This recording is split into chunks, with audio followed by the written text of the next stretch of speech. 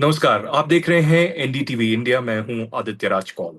पिछले एक हफ्ते से जब से सतलुज फिल्म आई है जिसमें दलजीत दोसांझ हैं और वो पंजाब का एक पहलू दिखाती हैं, एक सच दिखाती हैं, एक बहुत बड़ी कंट्रोवर्सी हुई और 2 दिन बाद ही भारत सरकार ने सतलुज फिल्म पर पूरी तरीके से बैन लगा दिया। लेकिन पंजाब के ही नहीं, पूरे देश भर के बल्कि दुनिया भर के व्हाट्सएप पे, सोशल मीडिया पे और हर जगह इस फिल्म की चर्चा है और सतलुज के विषय में और पंजाब के उस चैप्टर के बारे में बहुत ज्यादा जो है बातचीत चल रही है, डिबेट चल रही है आतंकवाद के बारे में। वहाँ जैसे कत्लेआम हुआ, चाहे वो सिखों का हुआ हो या हिंदुओं का हुआ हो, और इसकी सच्ची कहानी जो सतलुज की है, जो जसवंत सिंह कालरा की है, क्या है। इसके लिए बातचीत करने के लिए एक्सक्लूसिवली हमारे साथ एनडीटीवी इंडिया पर अभी मौजूद है सतेंद्र बैंस, जो कि एक सीनियर जर्नलिस्ट हैं और पंजाब के उस वक्त 1995 में वो इंडियन एक्सप्रेस में एक रिपोर्टर थे और उन्होंने ही करीबन 95 और 96 के बीच में इन्वेस्टिगेट करके उस एक मेन विटनेस का इंटरव्यू किया जिसका नाम कुलदीप सिंह था। और उसने कैसे जसवंत सिंह खालरा को मारा गया पुलिस के द्वारा और उस पूरे चैप्टर पर एक बहुत बड़ा जो है खुलासा किया और वही कोर्ट में माना गया और उसमें जो है सजा भी हुई। तो सतेंद्र भाई साहब, बहुत बहुत धन्यवाद हमारे साथ जुड़ने के लिए। जी थैंक यू। मैं सबसे पहले आपसे पूछना चाहता हूं कि आपने तो वो सारा चैप्टर देखा। जी आप जी का वीडियो मैंने देखा, आपने बताया कि जसवंत सिंह खालरा से आप मिले नहीं, लेकिन जी आप कुलदीप सिंह से मिले। क्या आप जी हमारे दर्शकों के लिए उस 20 साल पहले, 25 साल पहले जाएंगे और बताएंगे कि उस वक्त क्या हुआ और कैसे आपकी मुलाकात कुलदीप सिंह से हुई और ये वाकया क्या था। एक्चुअली ऑलमोस्ट 30 इयर्स हो गए हैं, 30 साल पुरानी बात है। जी। तो मैं अमृतसर में मेरी नई पोस्टिंग हुई थी, तो मेरे जाने से पहले जसवंत सिंह खालड़ा का अटैक हो चुका था। तो हमें जाके पता चला कि जो वहाँ पे बात फैमिली ने बताई कि वो पुलिस ने किया है, लेकिन अभी तो उनका क्ल्यू कोई नहीं मिल रहा था कि वो कहाँ है, कैसे हैं। तो ये कुलदीप सिंह जो था, ये इसकी भी एक रोचक कहानी है वैसे। ये एसपीओ था। एसपीओ सबसे लोअर पोस्ट एक होती है जो असिस्टेंट्स के तौर पे रख लेते हैं थानों में। तो ये कुलदीप सिंह तो पुलिस के साथ ही था जिस दिन किडनैपिंग हुई है उस दिन भी, और जिस दिन उसको मारा गया है जो संत सिंह खालड़ा को, उस दिन भी ये उनके साथ ही था पुलिस के। तो he was the driver of Satnam Singh. Satnam Singh थे एसएचओ चौबाल पुलिस स्टेशन है जहाँ पे खालड़ा को मारा गया था। तो ये कुलदीप सिंह को प्रॉमिस किया गया था कि हम तुझे कांस्टेबल बना देंगे पुलिस में, लेकिन पुलिस ने इसको कांस्टेबल नहीं बनाया। इसके पीछे एक बैकग्राउंड ये थी कि इसने ये पहले जम्मू इसमें शिमला में ना एक प्रोजेक्ट है नाथवा झाकड़ी, ये वहां जी। पे पोस्टेड था एज ए पंप ऑपरेटर। तो वहां पे कश्मीरी मिलिटेंट्स आए थे कुछ। तो इसने ये इंफॉर्मेशन अपने किसी दोस्त को दी, दोस्त आगे किसी ने पुलिस को दे दी, और जो उस वक्त पुलिस थी रणवीर सिंह खटड़ा थे एसएसपी इसमें, I think Majitha Majitha district था वहां पे। तो वो वहां पे कश्मीर गए, शिमला में गए, रामपुर है वहां पे एक जगह। तो वहां पे उन्होंने कश्मीरी मिलिटेंट्स देखे और वो आके इन्फॉर्मेशन केपीएस गिल जो डीजीपी थे उनको दी। तो उसके बाद अजीत सिंह संधू रोपड़ में पोस्टेड थे उस वक्त, जो एसएसपी जो बाद में तरन तारण में आए, जिनके जसवंत सिंह खालड़ा को भी मारा। तो वो रोपड़ में थे, तो उन्होंने कुलदीप सिंह को कांटेक्ट किया कि तू हमें वो कश्मीरी मिलिटेंट साथ चल पकड़वा दे, और हम तुझे कांस्टेबल बना देंगे और तुझे इनाम की राशि भी देंगे उसमें। तो ये साथ में चला गया और वो कश्मीरी मिलिटेंट वहां से 8-10 थे, वो पकड़े गए। उनमें से 5 तो इन्होंने शो कर दिए थे वहीं पे के शिमला में रामपुर में के पकड़े गए, और 5 को ये साथ ले आए थे रोपड़ में। तो उनको फिर रोपड़ में शो किया गया, वहां पे एक भगवंतपुरा गांव है सिंहपुरा। तो वहां पे शो किया गया कि ये पंजाब के मिलिटेंट्स के साथ मिलके यहाँ लोगों को मारने के लिए आए हैं, कश्मीरी मिलिटेंट। तो एक स्टोरी बनाई गई थी, केपीएस गिल ने प्रेस कॉन्फ्रेंस की थी चंडीगढ़ में। जी। तो वो बाद में ये फिर कुलदीप सिंह को इन्होंने साथ रख लिया अपने। तो वो फिर वहां से सारा किस्सा शुरू हुआ कि ये साथ में रहा पुलिस के, सारी जिस जहां जहां खालड़ा को रखा गया वहां पे ये साथ रहा। तो ये फिर हमें हमारे पास आया था कि मुझे कांस्टेबल नहीं बनाया गया, ही इज गरज अगेंस्ट पुलिस, ना ही मुझे इनाम की राशि दी गई है।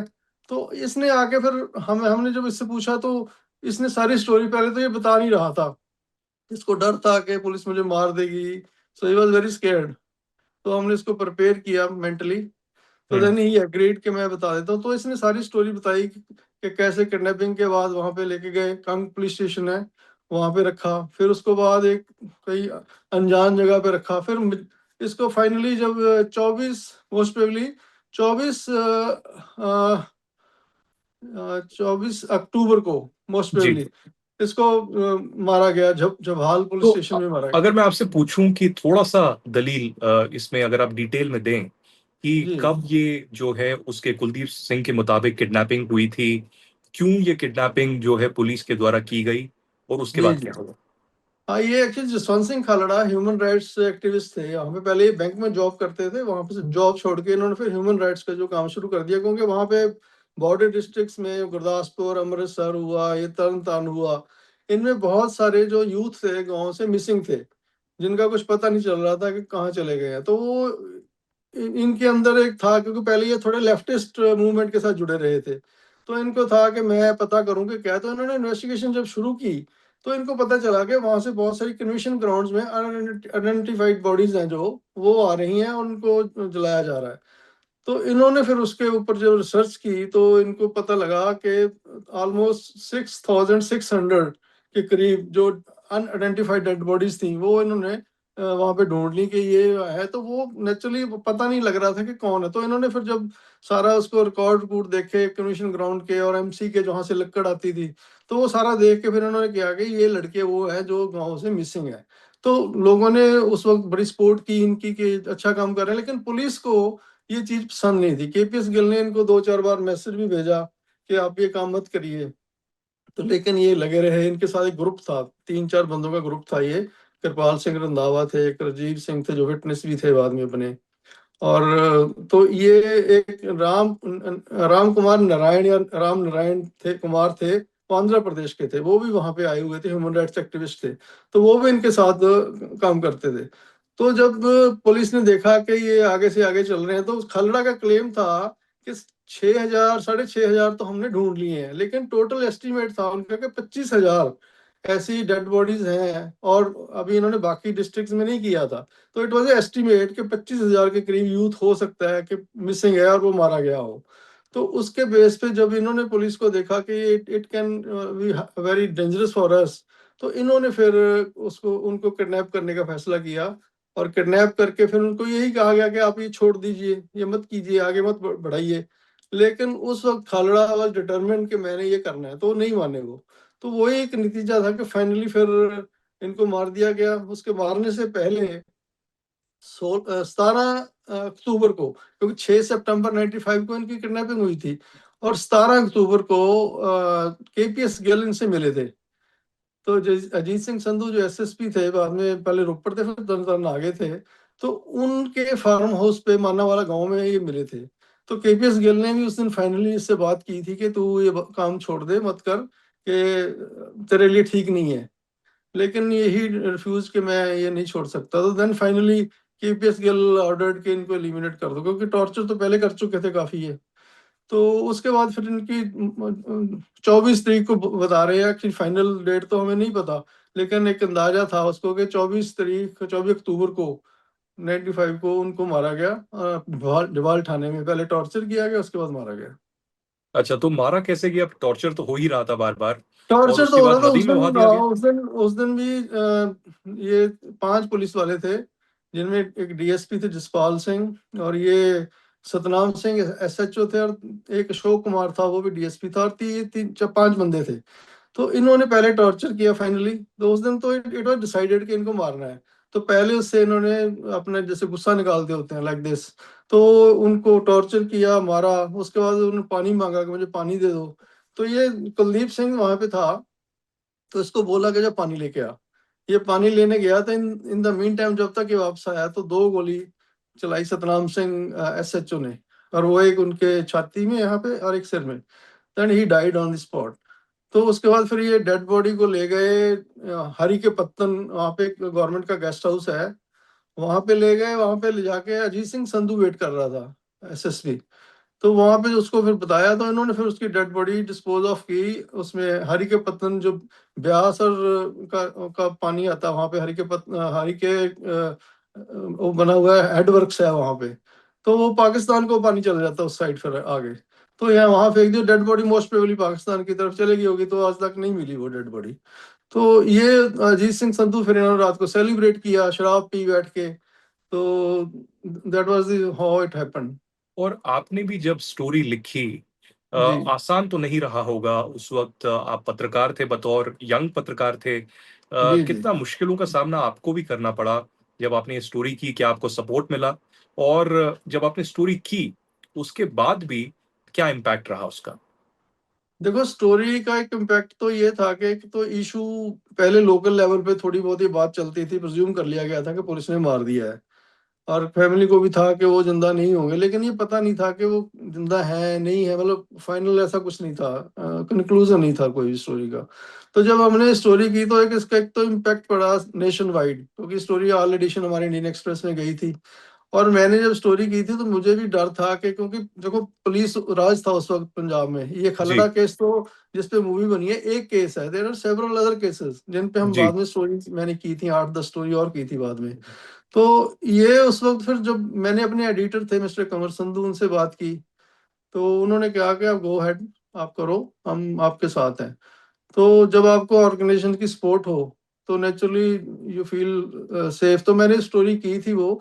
उसके बाद फिर मुझे ऐसा नहीं कि थ्रेट कभी नहीं किया किसी ने पुलिस ने, क्योंकि उनको अच्छा। भी पता था। हाँ नहीं, आई वाज नेवर थ्रेटन्ड। हालांकि और जर्नलिस्ट थे जो, उनको पहले थ्रेट्स आती रहती थी, कुछ लोगों ने कंप्रोमाइज भी कर लिया होगा।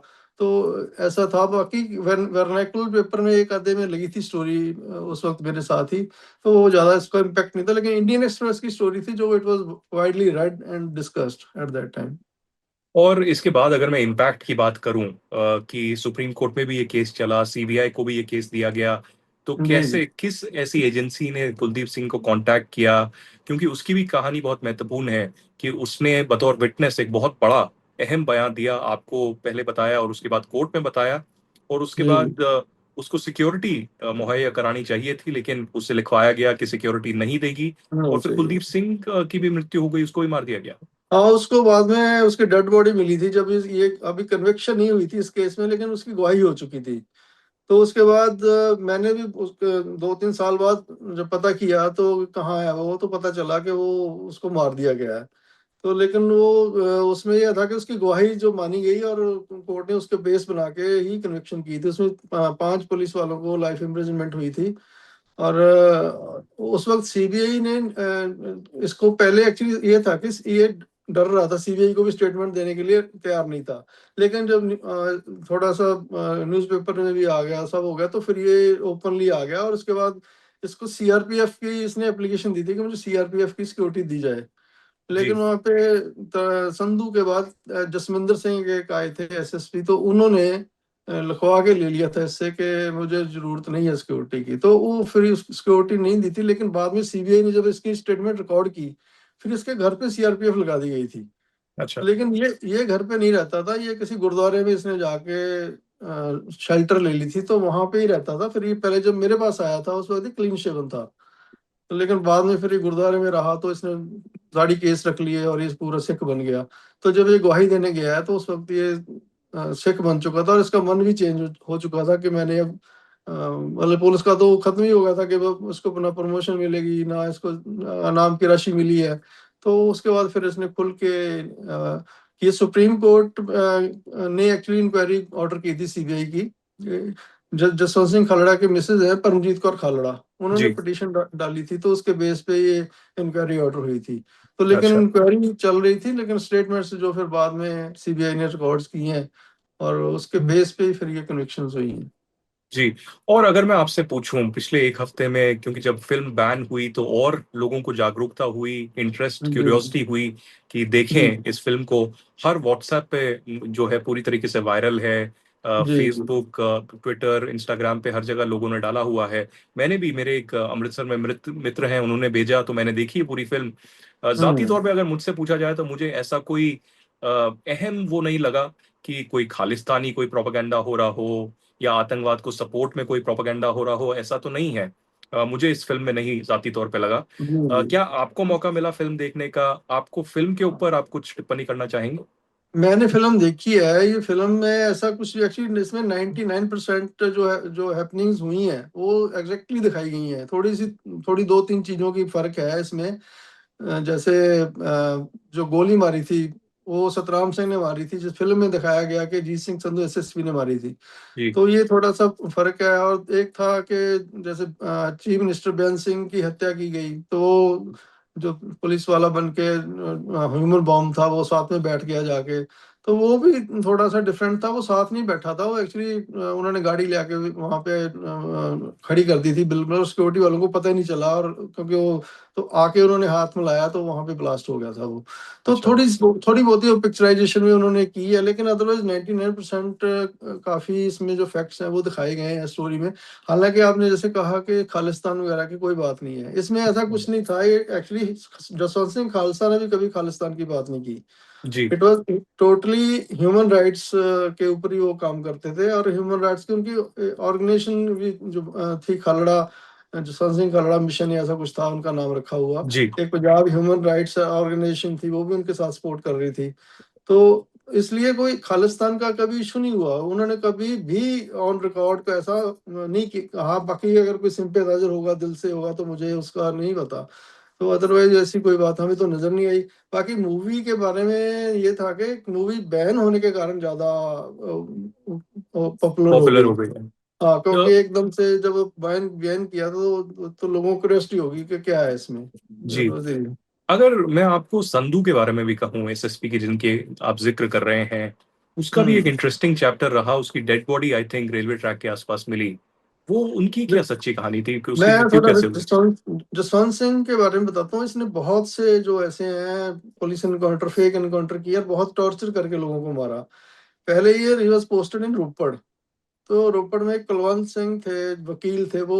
इनके जो टेररिस्ट हैं या मिलिटेंट थे उस वक्त, उनके जो केस लड़ते थे या जो मिसिंग यूथ हैं उनके केस लड़ते थे, तो उनको इनकी फैमिली एलिमिनेट कर दी थी।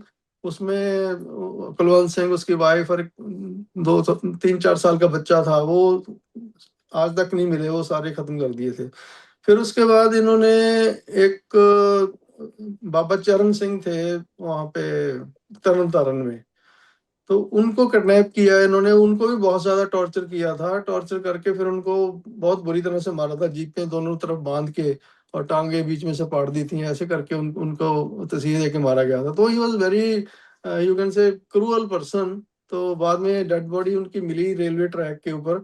तो उसके अलग अलग थ्योरीज हैं। कोई कह रहा है कि सुसाइड कर लिया था, लेकिन जो हमारे जर्नलिस्ट वहां पे गए थे वो बता रहे थे कि मौके पे कि सुसाइड नहीं था ये, इट वाज प्रोबेबली मर्डर। तो उनकी गर्दन काटी गई थी, अलग थी सिर से, लेकिन ये नहीं लग रहा था कि उसमें रेल रेल से काटी गई है, क्योंकि जी उसका रेल का जब कटता है तो बॉडी काफी तरीके से हो जाती है, खराब हो जाती है। लेकिन वो बिल्कुल क्लियर काटी हुई थी गर्दन, और वहां पे पड़ी हुई थी।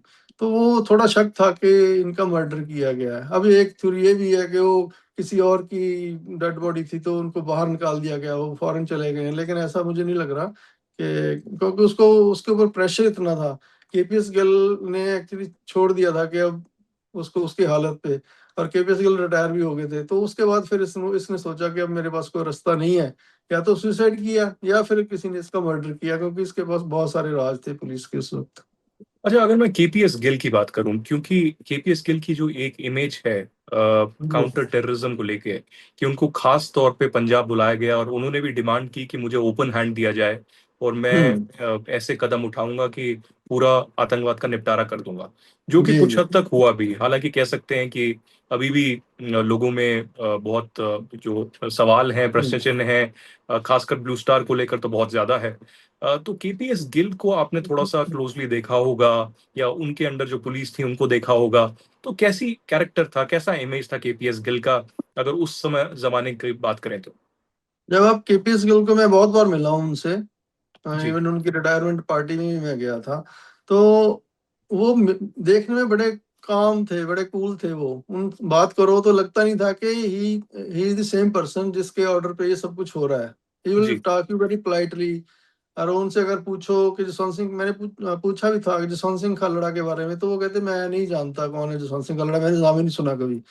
तो मतलब he was such a person कि वो बहुत ज्यादा एक you can say private person थे इस मामले में। जो जो करते थे वो बाहर पब्लिक में वो उनका नहीं पता चलता था। वो पार्टियां हम्म। अटेंड करते थे, वो यूजली सोशलाइज भी करते थे, जर्नलिस्टों से भी मिलते थे, लेकिन उनके फेस पे कभी भी ये शक नहीं होती थी कि वो किसी का उनके कहने पे मर्डर किया गया है या इतने लोग मारे गए हैं उसको उनके लिए रिस्पॉन्सिबल है, ऐसी उनके फेस पे कभी फीलिंग नहीं आती थी। Very cool that way. अच्छा। हाँ और अगर मैं एक और सवाल पूछूं, जो क्रिटिसिज्म हो रहा है, एक तो लोग बोल रहे हैं कि खालरा जो है खालिस्तानी थे, उसके बारे में जी आपने जवाब दिया। जी। लेकिन एक एक वर्ग ये भी कह रहा है कि वो अकाली दल में थे और अकाली दल का जो ह्यूमन राइट्स विंग है जी जी। उसके प्रेसिडेंट थे, ऐसा था? हाँ, अकाली दल के ह्यूमन राइट्स विंग के साथ वो जुड़े रहे हैं। और उसके उनकी वाइफ की स्टेटमेंट भी आई है कि बादल चीफ मिनिस्टर थे उस वक्त, प्रकाश सिंह बादल, हम्म। तो उनके पास भी वो गए थे। उनकी जब ये दौरा उनकी बाद में सरकार आ गई थी, तो उन्होंने भी कहा था कि आप कुछ फायदा लेना चाहते हो तो ले लो, अदरवाइज आप इस इशू को छोड़ दीजिए, अब कोई फायदा नहीं हम्म। है, खत्म हो चुका है। हम्म। तो उनको ग्रज है फैमिली को कि इन्होंने मेरी सपोर्ट हमारी सपोर्ट नहीं की। तो हाँ वो थे। बाकी वो पहले शुरू में ना नौजवान भारत सभा होती थी एक, हम्म। वो आज भी लेफ्टिस्ट। पर आज भी परमजीत कौर का जो है बयान आया है अकाली दल के खिलाफ, और जी जी। ऐसा कहा जा रहा है कि अकाली दल हर जगह जा रही है और वो प्लान कर रहे हैं पॉलिटिकली जो है सतलुज की स्क्रीनिंग करने का। आपको क्या हाँ लगता है कि ऐसा क्यों हो रहा एक्चुअली अब क्या है, इलेक्शन है पंजाब में 2027 में, वो इशू तो देखो 30 साल पुराना है, लेकिन ये है? फिल्म ने वो सारा रिवाइव कर दिया है। ह्यूमन राइट्स के हम्म। ऊपर बहस शुरू हो गई है। पहले ह्यूमन राइट्स के ऊपर एक इशू था जो बहुत ज्यादा डिस्कस नहीं होता था, लेकिन इस जी। फिल्म के बाद शुरू हो गया है। और पंजाब में जो नई जनरेशन है, 30-35 साल के जो यूथ है, उनको पता ही नहीं 30 साल पहले क्या हुआ था। तो हम्म। फिल्म ने एक उस जनरेशन में भी बता दिया कि पहले हमारे साथ ये हुआ था।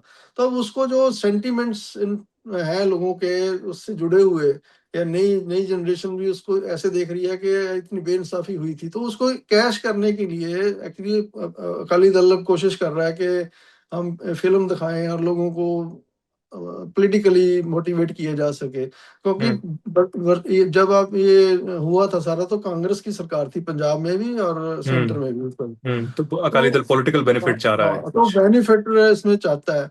तो हम्म। आई थिंक बीजेपी ने एक बहुत बड़ी गलती कर ली, सेंट्रल गवर्नमेंट ने इसको फिल्म को जिस तरीके से रोका। अगर ये जी। वैसे फिल्म रूटीन में रिलीज होती तो शायद इतना इसका शोर नहीं बचना था। और जी। मैं एक बात मैं ऐड करनी चाहूंगा इसमें कि अभी कल ही मैंने रिपोर्ट की है।